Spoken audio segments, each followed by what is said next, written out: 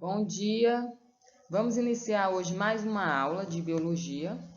Hoje nosso tema trata-se da taxonomia, onde nós vamos estudar especialmente a classificação dos seres vivos. Então sejam bem-vindos, nossa segunda aula. Prazer, professora Leilane Valentim. Então a taxonomia, ela trata da classificação dos seres vivos. Hoje, através dessa classificação, é possível conhecer e analisar a biodiversidade do planeta, esquematizar seu grau de parentesco evolutivo entre os indivíduos e até estabelecer modelos matemáticos que demonstrem o momento da evolução do ambiente e seus organismos. Então, esse sistema de classificação, ele obedece a critérios rigidamente formais. Um sistema que rege por um conjunto de regras predominantes, unificadas, mas que, dada a sua grandeza e a variedade de seres vivos, eles são adaptados de acordo com o modelo e o modelo de cada espécie. Então vamos nos aprofundar. Mas vale ressaltar que, dentro da apresentação, nós vamos ter algumas questões para serem resolvidas. Então essas questões que irão ser destacadas é exatamente a atividade que vocês irão fazer após a apresentação de hoje, certo? Então, vamos lá. Cara estudante, o almoço está servido. Bom apetite! Em um almoço foram servidos arroz, feijão, bife com molho de cogumelos e salada de alface. Como sobremesa, um bolo feito com ovos, farinha de trigo, fermento biológico e açúcar. Para os que não gostam de bolo, havia iogurte natural preparado com leite fermentado. Todos os pratos desse cardápio contêm organismos ou partes deles. Esse texto foi extraído do livro de Lopes, da editora Saraiva. Então vamos lá, dando continuidade. Olá! Nós hoje vamos estar juntos nessa grande aventura, que é conhecer a classificação e a nomenclatura dos seres vivos. Você consegue perceber a variedade de espécies encontradas no cardápio? O que você sabe sobre esses organismos? Então já é o primeiro questionamento. Certo, pessoal? Primeiro questionamento, baseado no texto, o que você consegue perceber a variedade de espécies encontradas no cardápio? Vamos lá. Então, a partir da leitura anterior, que nós acabamos de fazer, faça uma avaliação da diversidade biológica presente no cardápio. Tente descrever e agrupar os organismos seguindo alguns critérios, tais como características morfológicas, fisiológicas e comportamentais. Dando sequência, agora um momento de interação. Use os conhecimentos adquiridos ao longo da sua aprendizagem para verificar as semelhanças e diferenças entre os grupos de espécies que você conseguiu reunir. Agora é hora de discutir suas observações. Segunda questão. Quantos grupos conseguiu formar? Existem outras possibilidades para novos agrupamentos? Como podemos ter certeza de que esses critérios adotados são válidos para realizarmos comparações entre seres vivos e espécies diferentes? Existe um critério melhor ou único que poderia ser adotado por todos os estudantes? Vamos lá, fica com vocês. Classificação dos seres vivos, como já foi abordado no início da apresentação. Aqui nós temos variedade, espécies de seres vivos diferentes. Então, observe que a necessidade de reunir os seres vivos em grupos e conhecer suas semelhanças e diferenças é algo comum no nosso dia a dia. Diariamente a gente observa, até mesmo sem querer, que alguns animais se assemelham bastante e outros se diferenciam. A distinção informal dos seres vivos perde-se no tempo e na história da humanidade. Um pouquinho sobre a história, a história da classificação. Então, a história da classificação ela é tão antiga quanto o próprio homem. Ao longo do tempo, diferentes maneiras de classificar os seres vivos foram sendo substituídas. não necessariamente por serem certas ou erradas, mas sim porque novos conhecimentos decorrentes dos avanços científicos e tecnológicos permitiram entender melhor as relações evolutivas dos seres vivos. Então, com a descoberta de novas terras, novas espécies de seres vivos, eram encontrados sistemas, denominados sistemas aristotélicos, que acabou formando grupos extensos de seres vivos. Ao agrupar plantas de um mesmo grupo, animais de um mesmo grupo, esses fatores contribuíram para a classificação e diferenciação, entre outras coisas. E aí vale destacar que o avanço tecnológico ou o avanço científico, principalmente no campo da microscopia, permitiu a descoberta de organismos que são classificados dentro do sistema atualmente proposto. Esses novos organismos eram adicionados em grupos que não apresentavam características similares, como protozoários, colocados em grupos de animais e os fungos adicionados nos grupos de plantas. Aí a gente recorda um pouquinho, o passado. A história revela grandes personagens que se destacaram em seus estudos e observações sobre a classificação biológica. As primeiras tentativas surgiram na Grécia Antiga, com Aristóteles, que foi exatamente o que eu acabei de falar, a questão do sistema aristotélico, que ele formou grupos extensos de organismos. Aristóteles demonstrou uma visão avançada, utilizando critérios como a organização corporal para dividir os seres vivos em grupos. Muitos anos depois, o sueco Carl von Linné, popularmente conhecido como Linné, conhecido no Brasil como Linneu, apareceu com ideias que iriam mudar o rumo da ciência moderna. Com a publicação do seu livro Systema Naturae, em 1758, exatamente no século XVIII, apresentou propostas detalhadas de sua pesquisa. Então, o Systema Naturae, proposto por Linneu, propôs uma forma hierárquica da classificação de seres vivos. Ele estipulou 3 reinos animais, 3 reinos, mineral, vegetal e animal. Classificou como classe de ordem, gênero, espécie e variedade.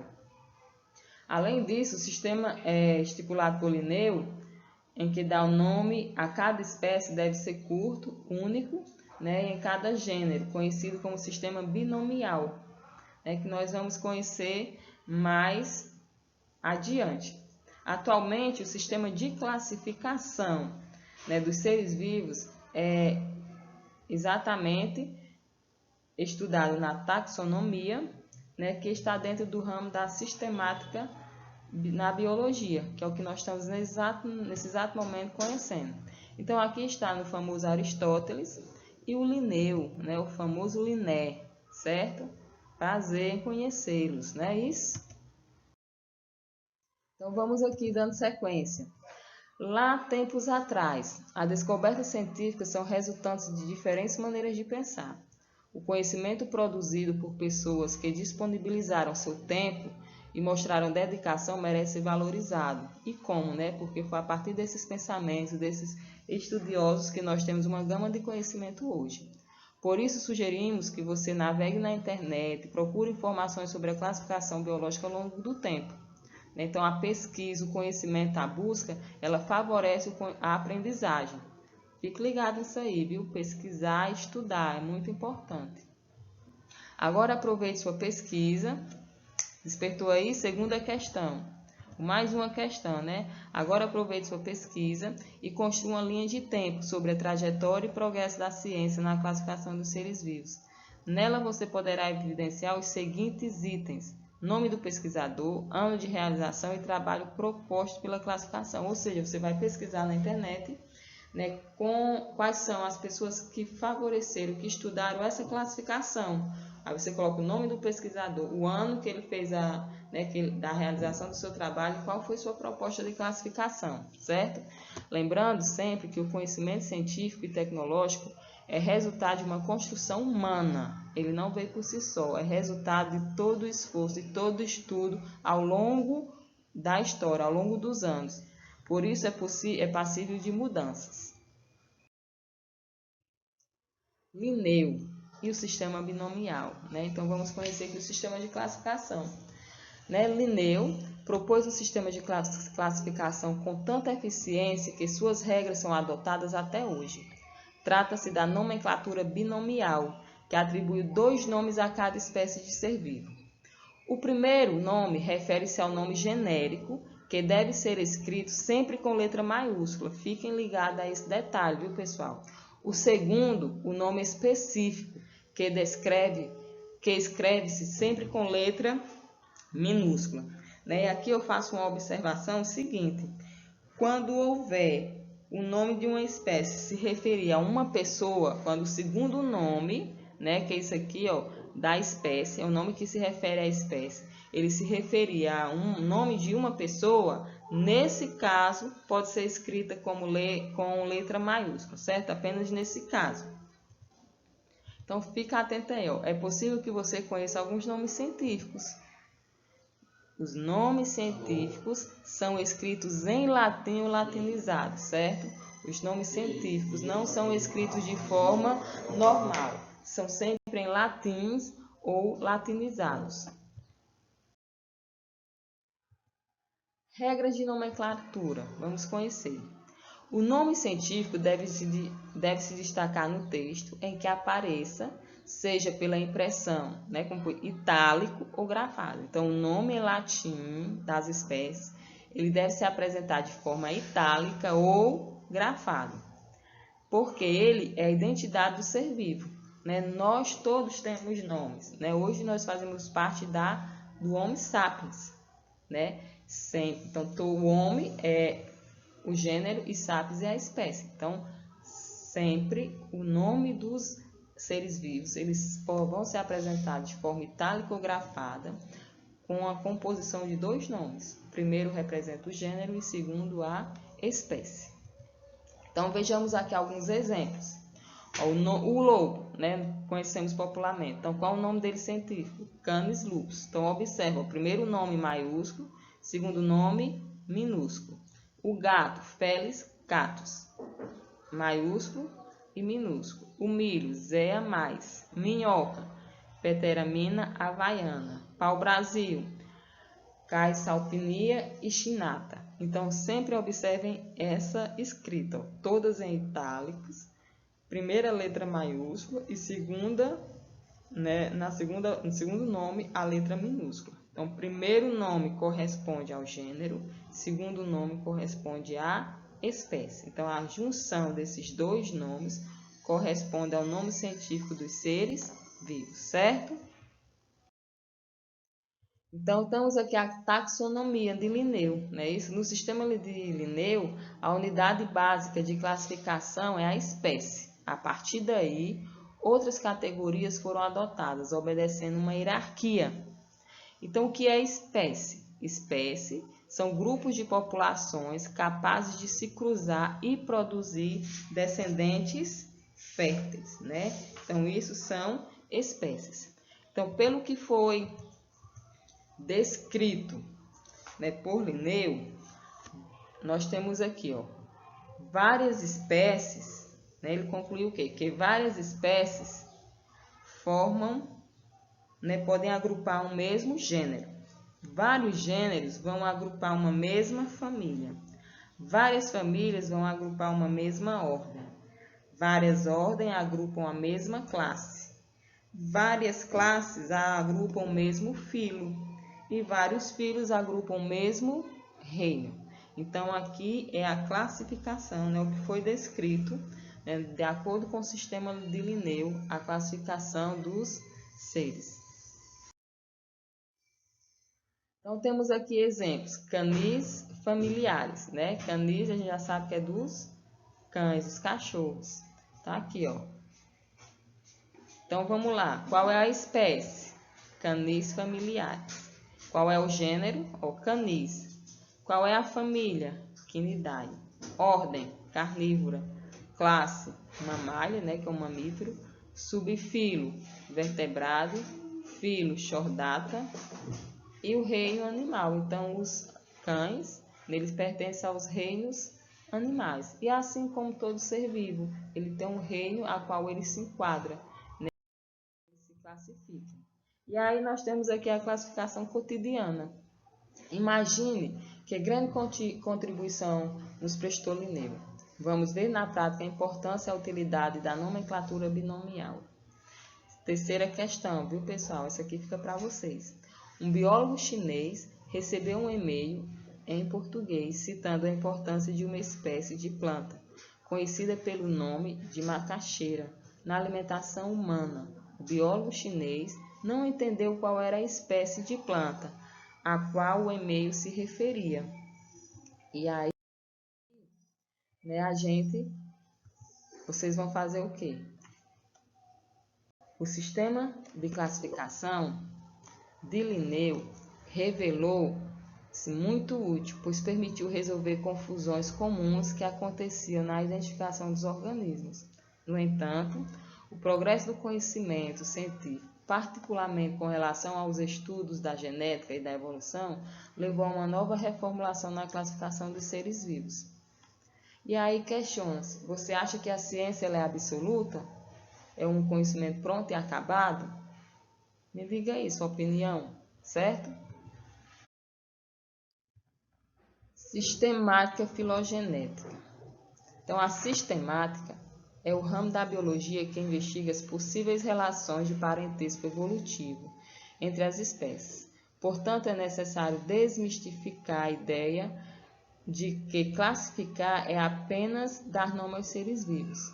A filogenética ou cladística começou a ganhar preferência nos estudiosos e cientistas a partir de 1966 e é o sistema de classificação mais aceito atualmente.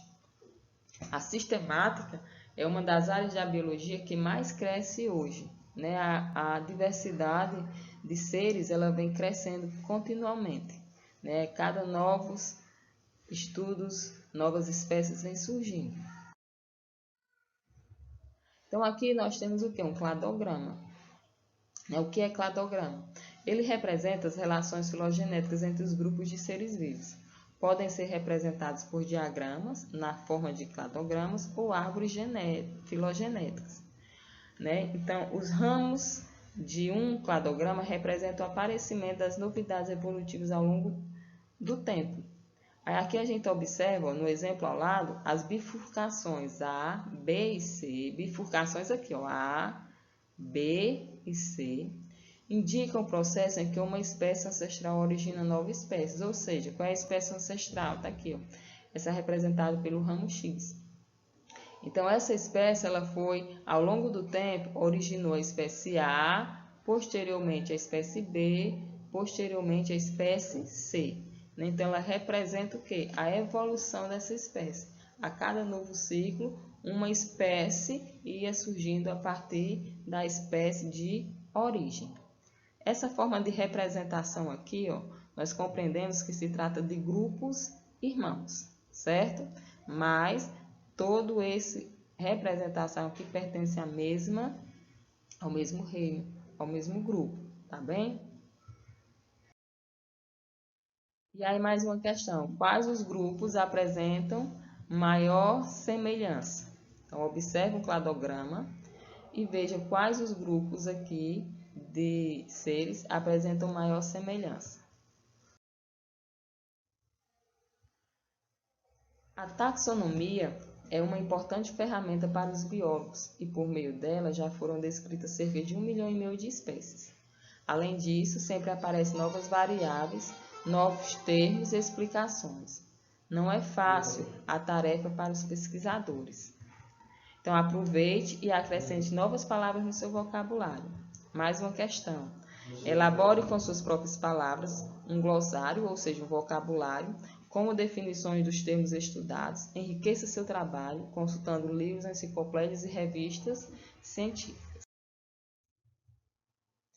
A classificação biológica, então ela divide-se em reinos: Monera, Protista, Fungi, Plantae e Animalia. O reino Monera reúne todos os seres procarióticos, cuja principal característica é possuir células em separação física entre o material nuclear e citoplasma. O protista ele reúne os organismos diferentes de origem evolutiva, como protozoários, que são eucarióticos, unicelulares heteróticos, e as algas, que são seres eucarióticos, unicelulares e multicelulares. autótrofos, fotossintetizantes e os mixocetos, antes classificados como fungos. Inclui o reino fungi, né? Inclui todos os fungos. Plantae reúne todos os eucarióticos, multicelulares e autótrofos fotossintetizantes, ou seja, todos os reinos de plantas. E os animalia são o reino animal, né? No caso, nós e os animais, inclui todos os animais, seres eucarióticos, multicelulares, heterótrofos, com formações de embriões óculos. Então, aqui nós temos a classificação biológica, né, que são divididas em 5 reinos: Monera, Protista, Fungi, Plantae e Animalia. Então, como já disse no início, a atividade elas têm inserido dentro da apresentação, né? Revejam com atenção, o material vai estar disponibilizado no Web e no grupo, também do WhatsApp, e resolvam atentamente nas questões solicitadas. Então, muito obrigada mais uma vez pela participação de vocês. Até o nosso próximo encontro.